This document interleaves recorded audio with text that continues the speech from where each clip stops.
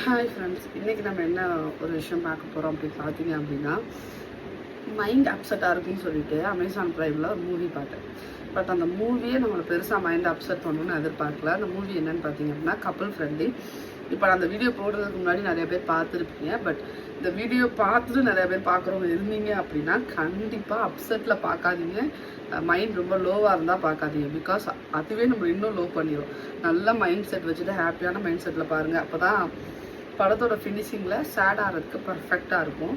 ஏன் அப்படி சொல்கிறேன் அப்படின்னா, அந்த மூவியில் வந்து ஒரு வேர்டிங்ஸ் இருக்குது. Life is all about sudden good boys, handle it with care அப்படின்னு ஒரு விஷயம் இருக்குது. இதுக்கான அர்த்தத்தை அந்த மூவியில் ரொம்ப அழகாக காமிச்சிருப்பாங்க. பிகாஸ் ஏன்னா எப்படி சொல்கிறது, லைஃப்பில் வந்துட்டு ஒருத்தவங்க வர்றது எல்லாருக்குமே ஹாப்பியாக இருக்கும். எல்லாருக்குமே அந்த விஷயத்தை வந்து ரொம்ப சந்தோஷத்தை கொடுக்கும். பட் போகும்போது அது எவ்வளோ ஒரு இந்த சடனாக குட் பை சொல்லும் போது, அதுவும் எப்படி சொல்கிறது, ரொம்ப நாளாக கான்வர்சேஷனுக்கு அப்புறம் இல்லாமல் சடனாக குட் பை சொல்லும் போது அது ரொம்ப வலிக்குங்கிறத இந்த மூவி வந்து ஒரு டெப்த்தாக காட்டும்.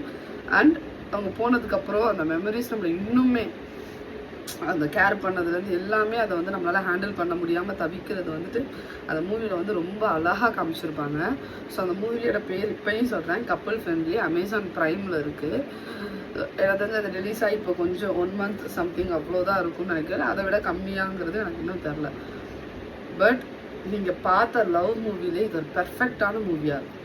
அப்படி ஒரு மூவி. பிகாஸ் ஏன்னா ஹீரோயினுக்கு வந்துட்டு ஒரு நோய் இருக்கும். அது வந்து ஹீரோவுக்கு சடனாக தெரியும் போது ஒரு பெயின் வரும்.